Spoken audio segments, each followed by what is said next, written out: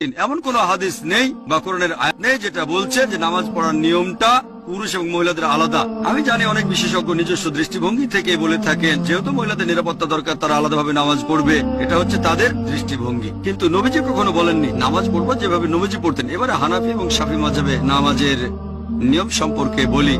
আমি জানি এদের মধ্যে কিছু পার্থক্য আছে। হানাফিরা নামাজের সময় হাত বাঁধে নাভির নিচে, শাফিরা হাত বাঁধে বুকের উপরে, তারা তাকবীর দেয়, আমিন শব্দটা জোরে বলে। এখানেও আগের উত্তরটাই সহিহ বুখারী। নবীজি বলেছেন খণ্ড নম্বর 1 বুক অফ সালাহ, নামাজ পড়ো যেভাবে আমাকে পড়তে দেখেছো।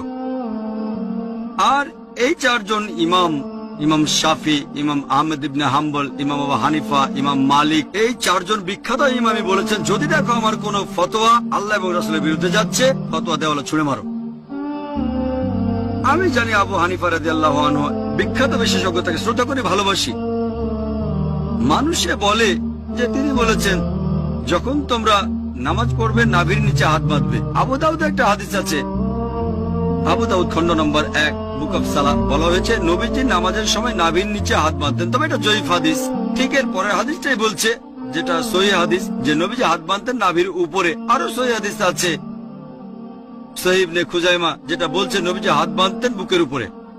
সহিহ হাদিস যখন বলছে নবীজি বুকের উপর হাত বাঁধতেন নাভির নিচের হাদিসটা জয়ীফ। তাহলে নামাজ পড়ার সঠিক নিয়ম বুকের উপর হাত